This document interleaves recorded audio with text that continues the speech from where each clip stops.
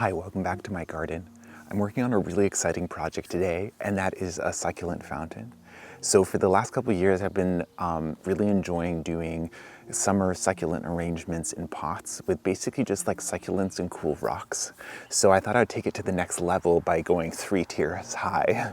So basically since last summer, I've been looking for a second-hand fountain online, something ideally that's cracked and no longer works as a fountain so that I could get it for free, but nothing came up. So instead, this year when the frost cracked, we had this like pond bowl for the past, I don't know, 6 years, and then last year it cracked. So I thought it would make a great fountain base. It has really good drainage. And then I arranged a couple pots on top that I thought worked well color-wise and stuff. And then, so last year I had planted a bunch of succulents outside. They grew huge all summer long. And then in October, I did a video about like propagating them. So I basically like left all the roots in the ground because I didn't want to take those indoors and have like bugs and stuff. So basically just like snipped everything up, arranged it all in like trays of pumice under some grow lights, let everything grow all winter. And then here we are. I have like all these amazing little succulents that have, I haven't actually checked the roots on this, but I know it's super tight, super dense little root systems that are like ready to be planted. In addition to the succulents, I also collect cool rocks. So anytime I see rocks that I like, I save them in a pile so that I can use them for future projects.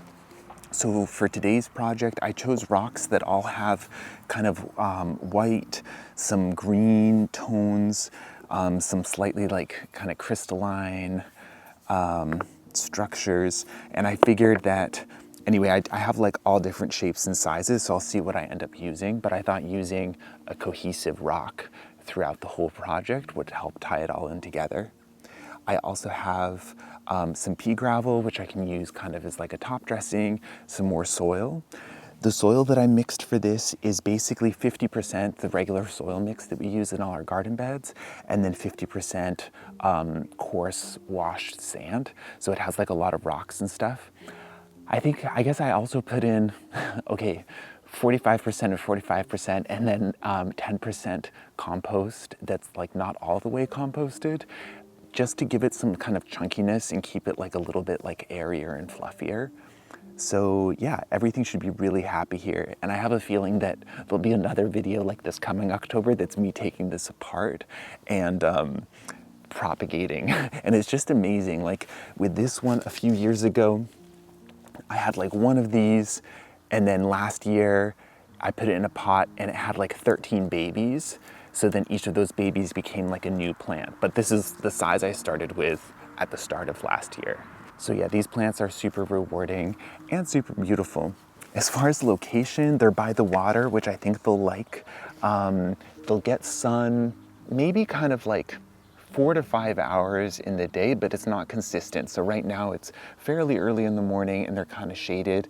Then they'll have sun kind of around like maybe midday for a few hours, and then they're blocked by trees, and then again like around sunset they should get a little more sun. So those should be some like nice moments during the day where the lighting is just like really pretty on them too. Just playing around with the camera to try and find the best lighting. It's a little harsh right now. So I wanted to do kind of like slightly formal, so kind of a repeating pattern in each tier. And I also wanted to have a theme or like a hint of water falling without it being super obvious. So for the top, I have this aloe vera. This is Sora the fourth, I think. He's one of the like babies from a friend's aloe from, I don't know, I've had it for a few years. So this will go right in the top, and that's kind of the water shooting up. And then I have these guys. I'll have to put the name on the screen. I don't remember when I got them. I thought that they were the moon rocks or something like that. Anyway, it's a really cute, it grows kind of like a crassula, like a jade plant, but the leaves are like thicker. They go bright pink when they get sun stress, which is really pretty. And otherwise they have kind of a silvery tone. So I thought the combination of using the donkey tails, the burro tails, like that in the middle of each side, and then using these guys in the corners, I thought would be super cute. So I'm just gonna go for it. I'm gonna start from the top tier because especially with succulents, you don't wanna get like dirt in them because it's like really hard to get out. So I'm gonna start from the top and work my way down.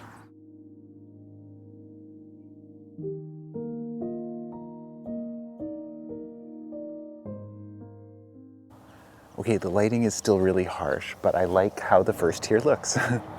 So before I start work on the second tier, I'm just gonna try to gently spray the leaves off.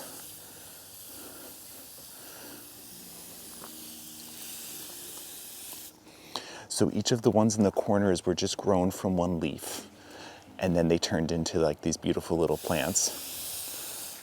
And that's one of the good things about these plants is that like any of the leaves that I accidentally knocked off as I was planting are actually capable of growing more plants. So this will get like fuller at the top in addition to growing downwards. Another thing to remember with these is that although they can absolutely handle a lot of sun, if they're not acclimated to it, they will burn. So the orange coloring on the aloe is sun stress, but you can see the new growth is coming in green. So these were the leaves that grew indoors and have to adjust to being outdoors, but already the inside is coming in strong and it knows that it can handle the full sun. So for the second tier, I wanted to continue the burrows kind of drooping down. So I'm thinking on each side of this guy to do burrow and then sunburst aeonium and then sunburst aeonium. So have it be, it'll be aeonium, aeonium, burrow, aeonium, aeonium, burrow. And these ones are capable of getting huge too. They get so beautiful when they get that sun stress.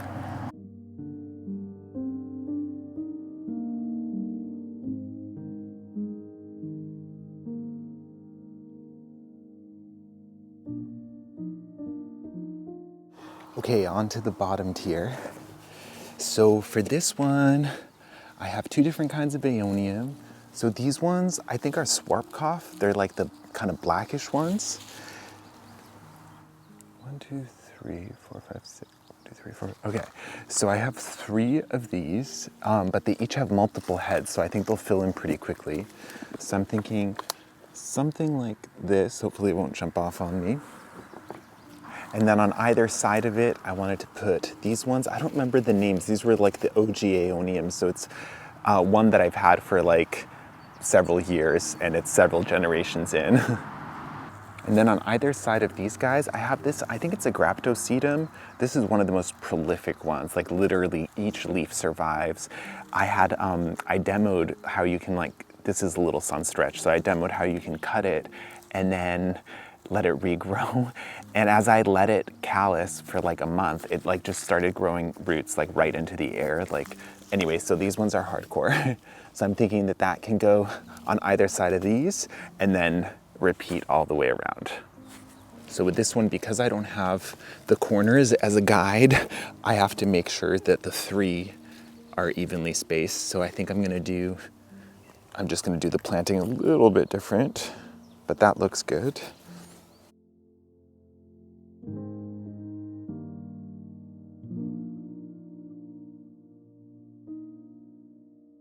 I'm actually going to change it up a little because I love the contrast of these together.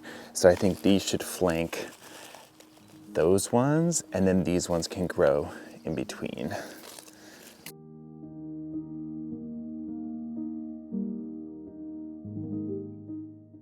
Okay, I totally forgot. I also had these ones. These are some kind of a Echeveria, I think. Also grown from leaves. So I think what I'm gonna do is now in the in-between gaps, do this kind of arrangement. So it will be the tall Aeoniums and then this short kind of darkish one in the front.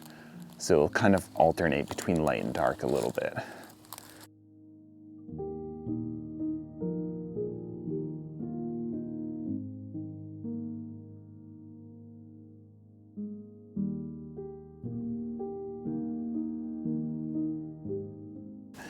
I'm loving how it all came together. I'm a little bit concerned because of how moist the soil is from like rinsing it off and stuff.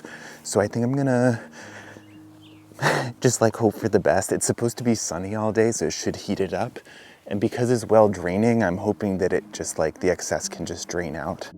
So one of my favorite parts is top dressing. I feel like it really like makes it all come together. So I'm just gonna start at the top and just let the rocks kind of fall wherever they will all around the plants. Covering the soil always helps with like weed suppression. It also helps when you are watering it. It's nice to spray the whole thing down, and that way you can like dislodge any like little pests or anything that are lurking around it. But if you're hosing it down with like soil, then it'll just get like muddy the whole time. So this way it should help with that as well.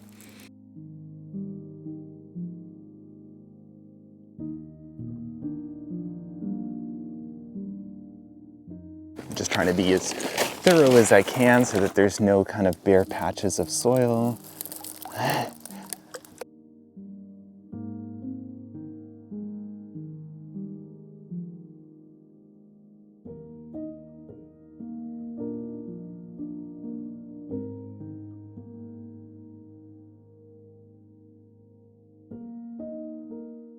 Okay, I have like the teensiest spot left that I don't have enough rocks for, so I'm gonna go see if I can rob some from a pot somewhere.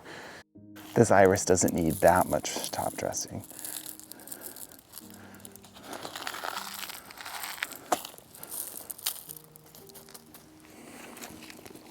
Okay, I'm gonna resist the urge to hose it down because I don't wanna make it any more wet, but I'm gonna bring the camera around so you can get a close up. Okay, so last, as far as the top dressing, is the rocks. So it doesn't look like there's like that much space, but I do have some little ones, and these ones can just like really add a nice accent and just make it look kind of complete. So whether I just like place them kind of like that and like that, if there's some of the kind of cracked ones, it can be nice to put them all together so that it looks like something kind of broke apart. Like say around this rock. This one just like busted out of the ground. And like this, I don't think would like hurt the burrows, but it might look, that looks kind of silly actually. Maybe a smaller size.